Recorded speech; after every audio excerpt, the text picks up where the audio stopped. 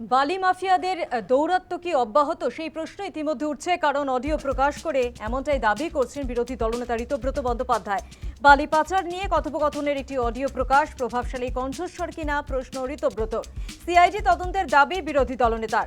Audio দেওয়া হবে লোকসভার স্পিকারকেও।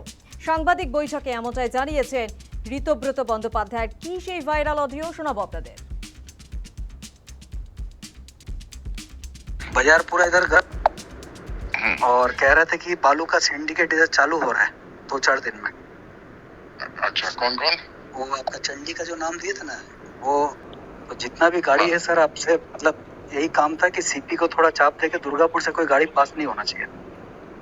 उसमें अपना सिस्टम हो जाएगा, क्योंकि जो लोकल का जो सिंडिकेट चलेगा ना, उसमें अपना ही लड़का काम करेगा टोटल।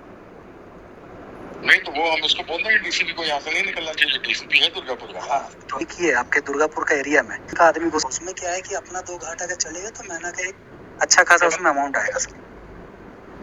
हेलो हेलो, नहीं बात कट गया। क्या सीपी? मैं कह रहा हूँ सीपी क्या डीसीपी को बोलेंगे दुर्गापुर से? नहीं, डीसीपी को बोलेंगे दुर्गापुर से नहीं जाने देख लेंगे। ट्रक साला बाल बाल के वहां से आ रहा है, रोको। ठीक है, तो वो जितना भी इलीगल काम जा रहा है थोड़ा इसको ऊपर से प्रेशर करो। हाँ सर, हेलो। तो वही करेंगे, तो बताना पड़ेगा ना कौन जा रहा है, कैसे जा रहा है। मैं बोल रहा था वो आपसे बैठ के बात शिकायत कहाँ से आया? हाँ, और या तो बोलिए कि या तो पूरा काम बंद करो, नहीं तो अपना जो दुर्गापुर का एरिया है, क्योंकि नाम तो आप ही का खराब हो रहा है। दुर्गापुर एरिया से अगर माल जाएगा तो सबको यही जानेगा कि आप सेटिंग है उसमें। तो इसी कारण से उसको बंद करवा के और बोलिए हम लोग को 2-3 घाट चालू कराएगा। अगर आप बोलिएगा तो मैं दिल्ली आ जाऊंगा, 1-2 दिन के अंदर बैठ के आपसे वहाँ बात कर लूंगा। नहीं मैं आ रहा हूँ 2 तारीख को।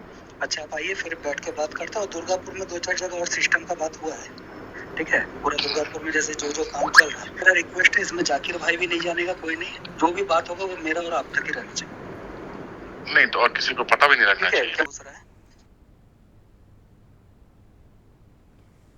বালি মাফিয়াদের দৌরাত্ম্য কি অব্যাহত সেই প্রশ্ন উঠছে, কারণ অডিও প্রকাশ করে এমনটাই দাবি করছেন বিরোধী দলনেতা ঋতব্রত বন্দ্যোপাধ্যায়। বালি পাচার নিয়ে কথোপকথনের অডিও প্রকাশ করেছেন। প্রভাবশালী কণ্ঠস্বর কিনা প্রশ্ন ঋতব্রত। সিআইডি তদন্তের দাবি বিরোধী দলনেতার।